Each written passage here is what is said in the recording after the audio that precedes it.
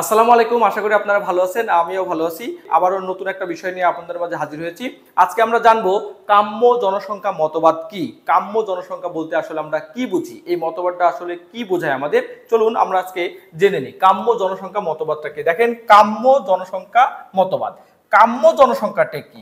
আমরা মনে করেন সাপোজ যে 2025 সাল, এই 25 সালে এখন বাংলাদেশে মোট জনসংখ্যা 16 কোটি। সাপোজ 16 কোটি বাংলাদেশের মোট জনসংখ্যা আছে। আর বাংলাদেশের এই 16 কোটি জনসংখ্যার জন্য যতটুকু সম্পদ লাগে, মনে করেন যে আমাদের 16 কোটি টাকার পরিমাণে কি আছে, সম্পদ আছে। তার মানে এক একজনের বা এরকম করে মানে 16 কোটি মানুষের 16 কোটি টাকার বা 16 কোটি টাকার কি আছে, সম্পদ আমাদের লাগবে। সেই পরিমাণ সম্পদও আছে, 16 কোটি টাকার সম্পদ 16 কোটি জনগণের জন্য এই পরিমাণ মনে করেন লাগবে। সাপোজ ধরে নিলাম যে এইটা হচ্ছে সমান সমান। তো এই যে সমান সমান 16 কোটি জনগণের 16 কোটি টাকার সম্পদ মিল খাচ্ছে, সমান থাকছে, তখন আমরা বলবো এই জনসংখ্যাটাকে আমরা বলবো তখন কাম্য জনসংখ্যা। তাহলে কাম্য জনসংখ্যাটা কি? কাম্য জনসংখ্যা হচ্ছে সেই পরিমাণ জনসংখ্যা একটা দেশের, ওই দেশে সেই পরিমাণ সম্পদ থাকবে এবং সেই পরিমাণ জনসংখ্যা থাকবে যে সম্পদ এবং জনসংখ্যা কি হয়, সমান হয়। যদি সম্পদের চাইতে জনসংখ্যা বেশি হয় তাহলে এটাকে বলবো আমরা অতিরিক্ত জনসংখ্যা।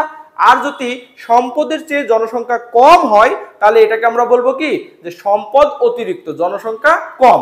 তাহলে এমন পর্যায়ে থাকতে হবে জনসংখ্যার স্তরটা, যে স্তরে জনসংখ্যা থাকলে সম্পদে একদম সঠিকভাবে কি করা যাবে, বন্টন করা যাবে। তার মানে সম্পদ এবং জনসংখ্যা সমান হবে, ওই পরিমাণ জনসংখ্যাকে আমরা কাম্য জনসংখ্যা বলবো। আর এটাই হচ্ছে কাম্য জনসংখ্যার মতবাদ। চলুন আমরা একটু সংজ্ঞার মাধ্যমে এই বিষয়টা জানার চেষ্টা করি। দেখেন, কাম্য জনসংখ্যা বলতে এরূপ সংখ্যক জনসংখ্যাকে বোঝায় যে পরিমাণ যা দ্বারা দেশের মোট সম্পদের সুষ্ঠু ব্যবহারের মাধ্যমে মাথাপিছু আয় সর্বাধিক লাভ করা যাবে। তার মানে আপনাদের বা আমার দেশে বা আপনার দেশে যে পরিমাণ সম্পদ আছে সেই সম্পদটুকু ব্যবহার করার জন্য, সাপোজ আপনার বাড়িতে 1 কেজি চাউলে আপনার বাড়িতে কি হয়ে যায়, একটা মানুষ যদি আপনার বাড়িতে 5 জন সদস্য থাকে, এই 5 জন সদস্যর জন্য প্রতিদিন 1 কেজি চাউল লাগে।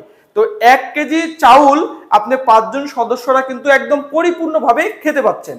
তো এখন যদি আপনার পরিবারের সদস্য 5-এর জায়গায় 6 জন হয়, 7 জন হয়, তাহলে দেখেন 1 কেজি চাউলের উপরে কিন্তু 7 জনের তখন প্রভাব পড়বে। তখন কিন্তু সবার কি হবে, পেট ভরবে না, অপরিতৃপ্তি থেকে যাবে, তাই না? তৃপ্তি পরিমাণ খেতে পারবে না। ওই পরিমাণ জনসংখ্যাকে আমরা কাম্য জনসংখ্যা বলবো।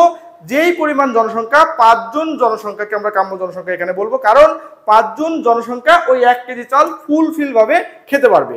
যখনই 7 জন হয়ে যাবে তখন সম্পদের সুষ্ঠু ব্যবহার হবে না, কারণ সবার তখন কম পড়ে যাবে। তখন আমরা বলবো অতিরিক্ত জনসংখ্যা, ওইটাকে বলবো 7 জন হলে অতিরিক্ত জনসংখ্যা। আর যদি 7 জনের কম চলে আসে, 3 জন হয় জনসংখ্যা, তখন দেখেন 1 কেজি চাউল কিন্তু 3 জনের জন্য আবার বেশি হয়ে যাবে।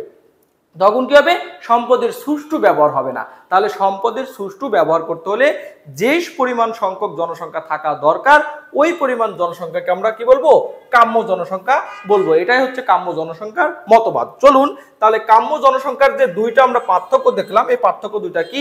যদি কাম্য জনসংখ্যার চেয়ে প্রকৃত জনসংখ্যা মানে প্রকৃত মানে বাস্তবে জনসংখ্যা যদি বৃদ্ধি পায়, তাহলে সেখানে আমরা বলতে পারি অতিরিক্ত জনবহুল দেশ। আমি বললাম যে আপনার পরিবারের সদস্য আছে 5 জন, প্রতিদিন খানে 1 কেজি চাউল। এখন সদস্য 1 কেজি চাউলই আছে, সদস্য হয়ে গেলেন কতজন, 7 জন। তাহলে 2 জন যেখানে বেড়ে গেলেন, এই 2 জনকে বা এই 7 জনকে আমি বলতেছি প্রকৃত জনসংখ্যা। কারণ কি, এটা বাস্তবে দেখা যাচ্ছে 7 জন, কিন্তু আসলে মূলত লাগবে কতজন, 5 জন। তাহলে 5 জনের 1 কেজি চাউল সমান সমান হয়। তাই এই 5 জন জনসংখ্যাকে বলা হবে কাম্য জনসংখ্যা। যখনই 5 থেকে 7 জন হবে, বাস্তবে আমরা 7 জন দেখতে পাবো, তখন এই 7কে আমরা বলবো প্রকৃত জনসংখ্যা। ঠিক আছে?